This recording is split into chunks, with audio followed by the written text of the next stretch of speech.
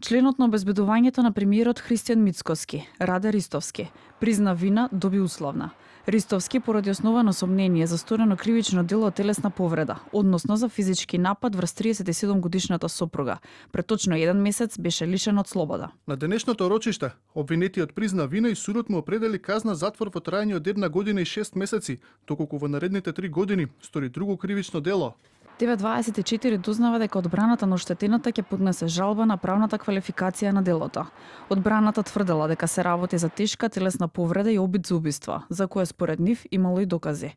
Од МВР за TV24 вела дека работното место на Ристовски се уште е во мирување и за да биде поинаку ќе треба да добијат правосилна пресуда. Според изворот полицијата и доколку тој биде вратен на работа, нема да биде повеќе дел од обезбедувањето на Мицкоски.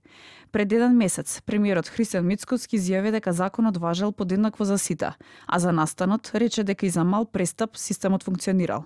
Тогаш посочи дека нема да толерира недисциплина, не само во рамките на обезбедувањето. Кажа дека тој е припадник на претходницата која не ја гледал често.